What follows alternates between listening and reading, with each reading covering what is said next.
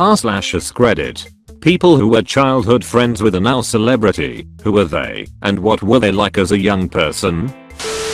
Late to the party, but I knew Billy Joe Armstrong and the Green Day guys, and the Rancid guys, in their early times from my punk rock days. I did not know them well, but they were the nicest guys ever. I was standing in line with some friends at one of their sold out shows, and Billy Joe darted out, ran up to us and said, "What are you guys doing standing in line when there's equipment to be brought in? Don't be silly." He then brought us back to their van and gave us each a cymbal, a bass drum pedal, etc. something little we could each carry in, and jump the line as roadies, since we were old pals from early on. I ran into him backstage years later at a Weezer show. Again, I hadn't known them well, but knew them a bit, before they were famous. Billy Joe came up to me, addresses me by name, and we had a nice chat. Success couldn't have come to a group of more deserving guys. Went to high school with Neil Patrick Harris. He wasn't a bad dude, but wasn't humble in the least. He was still working on to G Hauser. When he was at school, he wasn't allowed to be himself, surrounded by fans and others. He had a nickname of Drama Dog by some of the other cliques. He hasn't gone to one of the reunions. Also went with Freddie Prinze Jr. He was a cool dude, but hung out with guys that stroked his ego and bullied others. I was an unfortunate victim to that. He hasn't made it to a reunion yet either. Edit spacing for clarity. Hello from Albuquerque. My brother worked at Fool's Paradise, a magic store at Winrock, in the late 80s/early 90s, and said Neil Patrick Harris would come in frequently, usually right as they were closing, and had them stay open a couple more hours while he looked around/bought stuff. He wasn't unkind, but perhaps a bit arrogant. Huge magic geek. My ex-husband went to school with Freddie Prinze Jr. Didn't know him well though. My dad went to high school with George Lucas.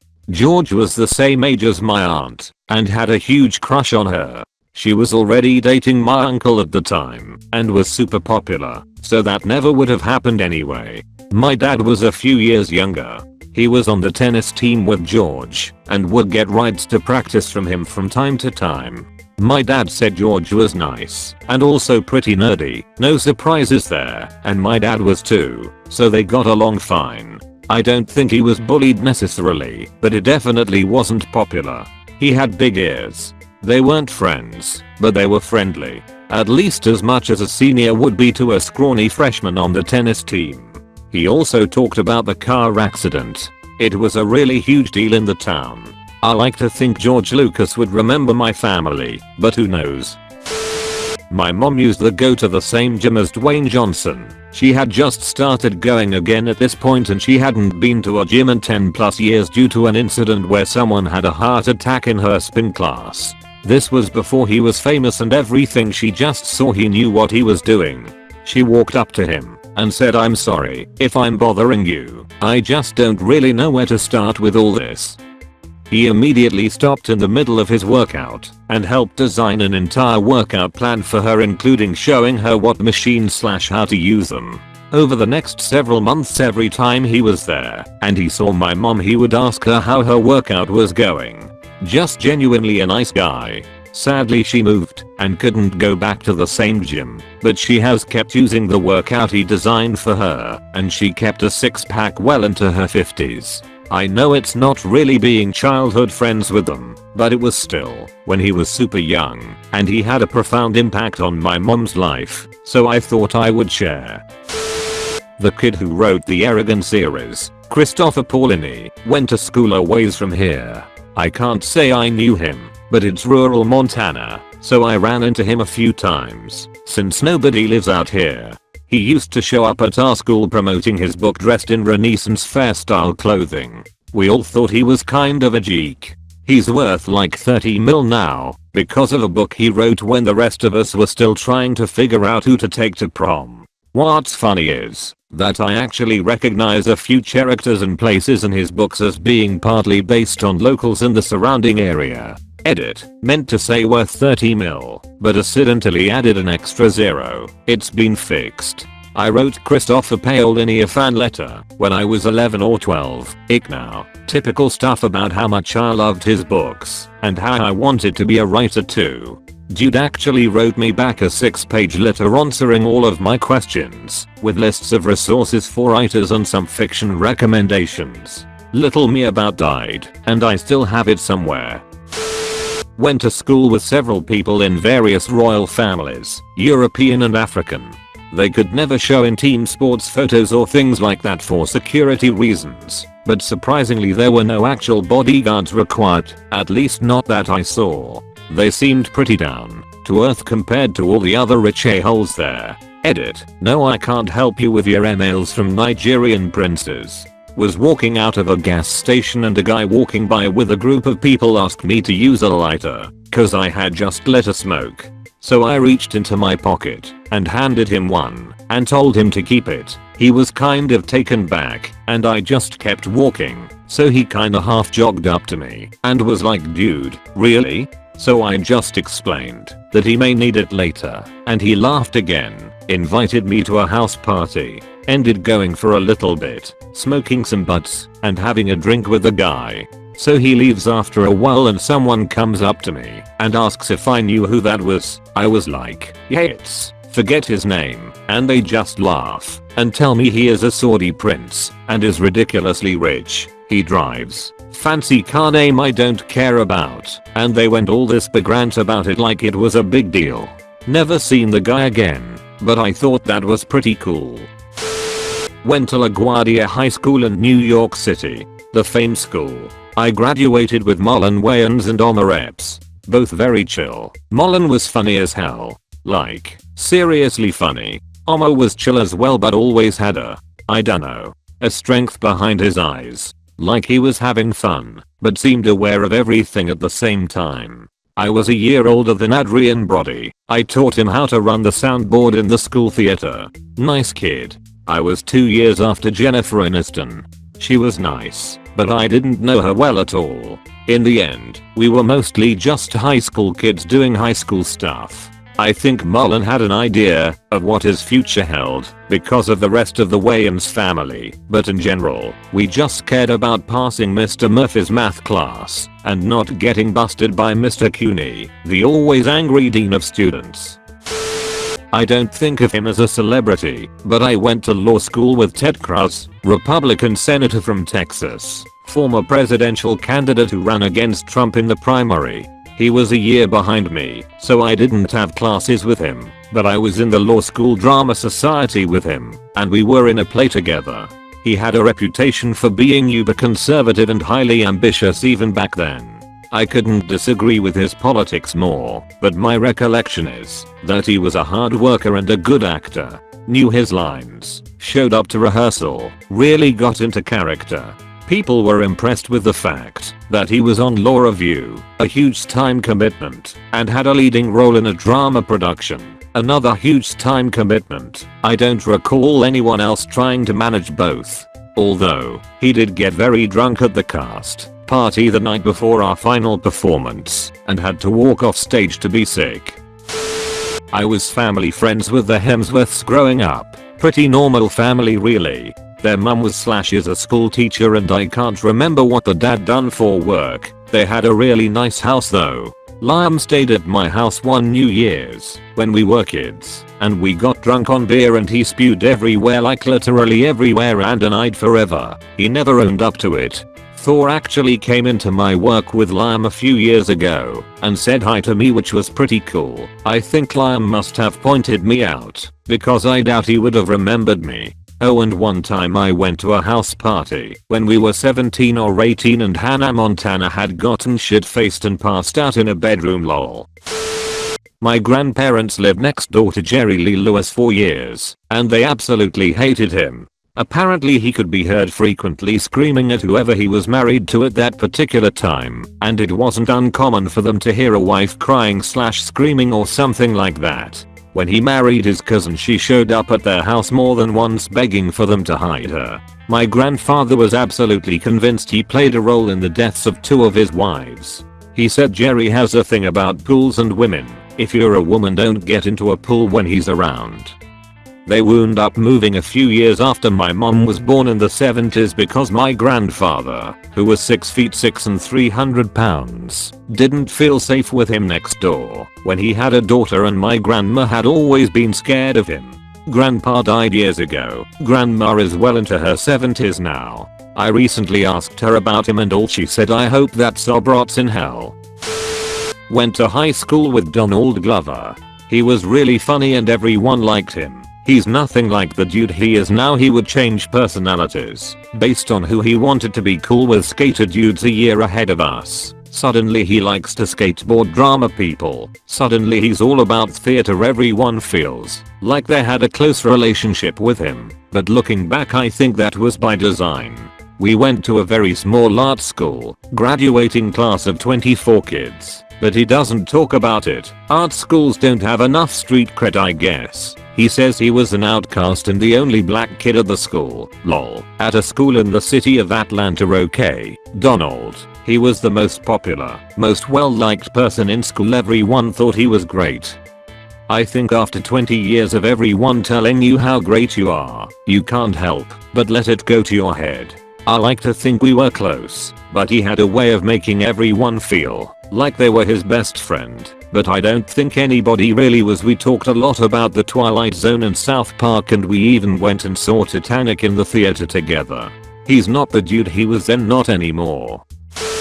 This will get buried, but my entire family on both sides is from Northwest Indiana. Multiple family members and family friends had various encounters with the Jackson family back in the day. They all had great things to say about the kids. The adults, not so much. But the craziest story is from one of my older former neighbors. She was from Gary, Indiana, and apparently she and her older brother went to high school with some of the Jacksons, or knew them from around town, not sure. Anyway, there was a battle of the bands featuring various kids from town, and it was hosted in my family friend's basement. Supposedly her mother came downstairs while the Jacksons were playing and screamed, "Get those little N-words out of my house." So to this day, she constantly reminds her mother of the time she kicked Michael Jackson and his family out of their basement while being racist. My mom grew up in the South in a very poor area. When desegregation took place, a single black person was assigned to my mom's elementary school, a girl named Alice. My mom said Alice was quiet at school but very intelligent. No one messed with her, most kids just ignored her. But Alice's dad and my grandpa worked at the same grocery store, so my mom and her were friends. They'd play hopscotch and jacks together. One day, out of the blue, Alice moved to New York. Years later, Alice changed her name to Afeni Shaka, and years after that, she had a son named Tupac. My mother went to elementary school from the age of 9 to 11 with Ken Griffey Jr. in 1979 to 81. My mother had a very traumatic childhood. She was in foster homes at the time. Her parents divorced. My grandfather was an alcoholic and my grandmother was fighting lupus and unable to provide for her or her 4 siblings at the time. Her foster parents, when she went to school with him, were fucking monsters and abused her verbally, physically. Once whipped her so many times she had hundreds of welts all over her back, and mentally, my mother spoke very highly of him. He was a very kind and caring person and became one of her only friends during this time. He always sat with her at lunch. If she didn't have anything for lunch, he would share some of his items from lunch. He included her in games at recess and told the people who bullied her to cut it out when they tried to do anything around him. He actually invited her to his house quite a few times, and my mother met his father and mother and remembered them as very nice. He became a very famous MLB baseball player for the Cincinnati Reds and had a very successful baseball career. My mother never got to meet him again, but to this day, she never forgot his kindness when she needed it during the time her whole life was hell on earth. She always wanted to thank him, but never had the opportunity to do so. Logan and Jake Paul are my cousins. We used to spend a lot of time together on my grandparents' farm when we were younger. Jake was always a shit. When we played soccer, he would complain whenever he could to get a foul shot or a redo. Logan was fun to be around. He's about 2 years older than me and helped me a lot when I was trying to figure out college. Now they've been written out of our grandmother's will because they are huge dicks. Their parents are divorced and spiteful every time they are together about who is responsible for their children's success. No one in the family ever thought they would be the ones to make it.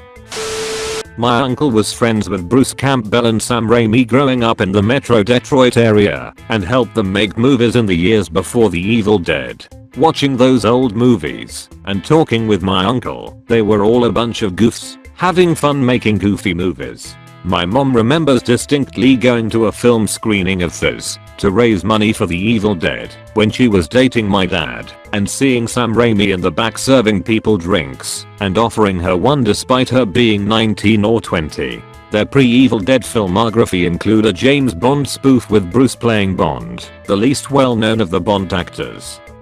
I think it was called James Bond, Gun Today, Die Tomorrow. The James Hoffa story about inept gangsters failing to kidnap Jimmy Hoffa and an ensuing Three Stooges slapstick chase, which they filmed only months after the real Jimmy Hoffa was kidnapped right outside the restaurant he was abducted from, and holding it about an office workers club inadvertently getting mixed up with international espionage or while having to go to the bathroom. My uncle usually played the big intimidating henchman characters. My uncle says he was the one who accidentally knocked Bruce in the face and gave him his chin scar. My family also may have contributed to their film lexicon.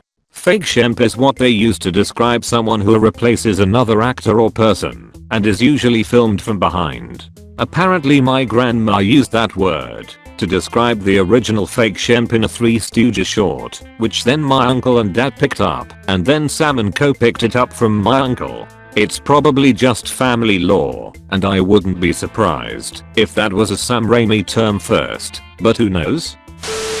For whatever reason, I seem to know many celebrities, but not in the context of what they are famous for. For example, I grew up with Melissa McCarthy.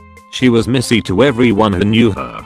She was a cheerleader for my football team, went to my church. If I came to her green room now and asked if I could say hi, I'm sure she would see me and we would likely have a lovely time catching up and reminiscing.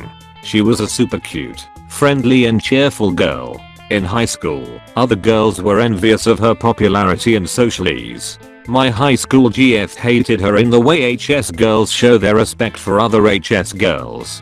She had a fashionable goth style, played tennis well, and was a unique and independent personality. Witty and sarcastic, humble, fun to be around. Basically a cool chick with Midwest roots. It's no surprise she gas succeeded to the degree she has. Didn't grow up with him, but I was a supervisor at the boarding school Dave Taylor, former Australian rugby bad boy, went to. He was just as much of a cunt in high school as he was as an adult. No one was surprised about the investigations for selling cocaine and being inappropriate with women.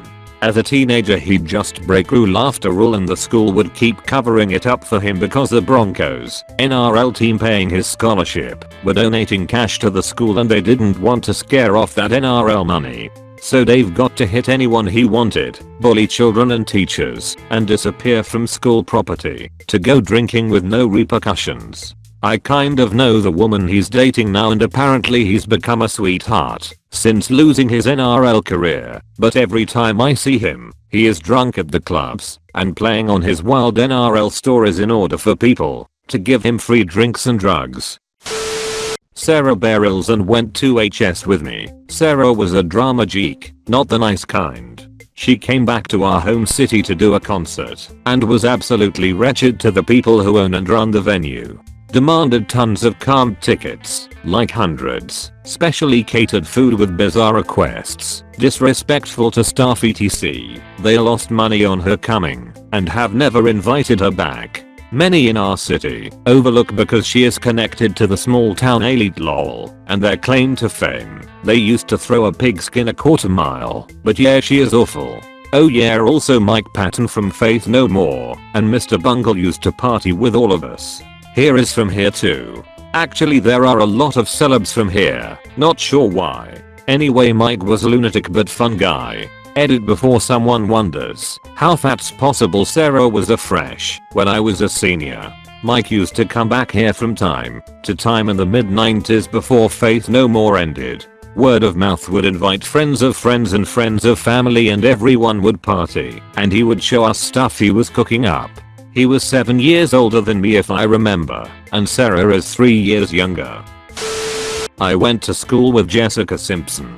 She was 2 grades below me in the same grade as my brother. Her dad was a preacher at this fancy church and kind of full of himself from what I heard.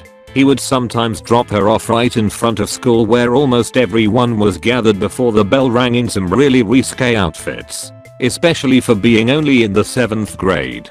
A few times they were so revealing people would applaud. I don't mean just a few, I mean like almost the entire student body. She also had a small-time album of gospel songs while she was still in high school. My brother knew Jessica and Ashley Simpson better than me and said he felt like her dad was kind of pimping them out.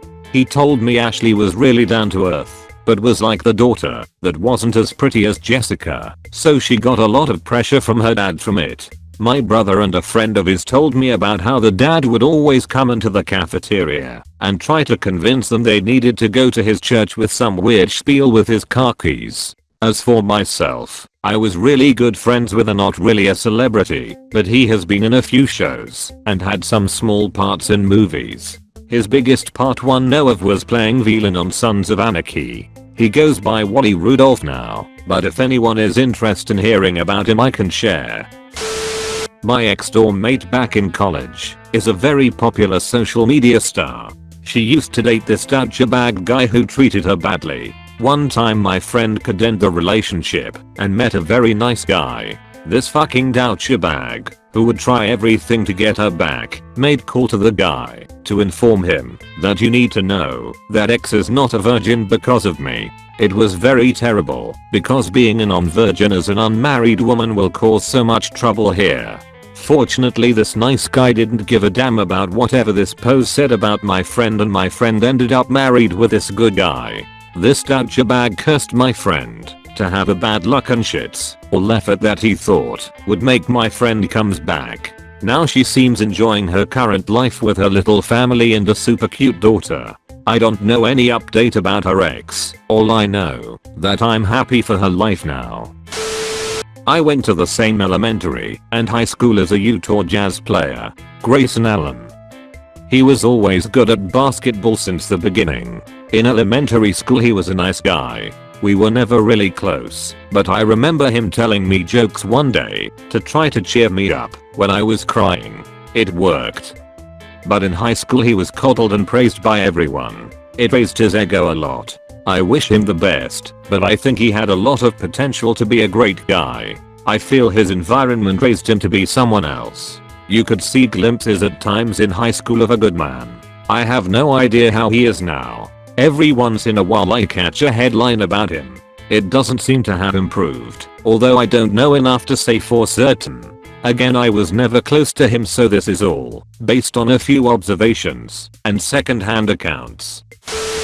I graduated high school with Kate McKinnon. She was Kate Berthold back then. She was just as awesome as she is now. She would do the funniest voices in class when answering a question and had the best sense of humor. She made everyone laugh all the time.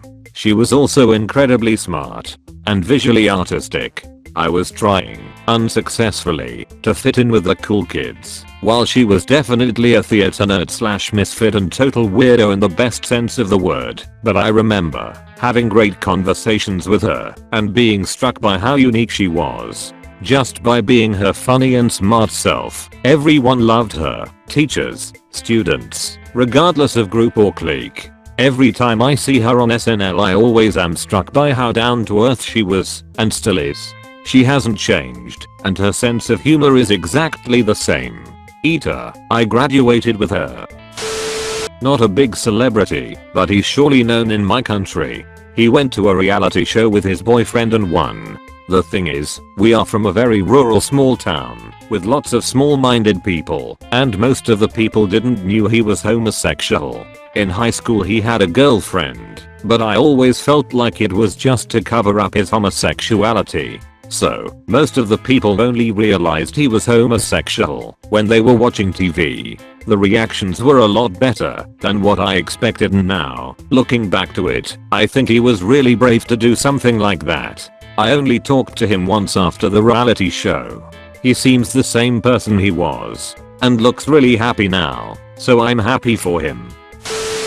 Thank you so much for watching the whole video. Please leave a like and subscribe.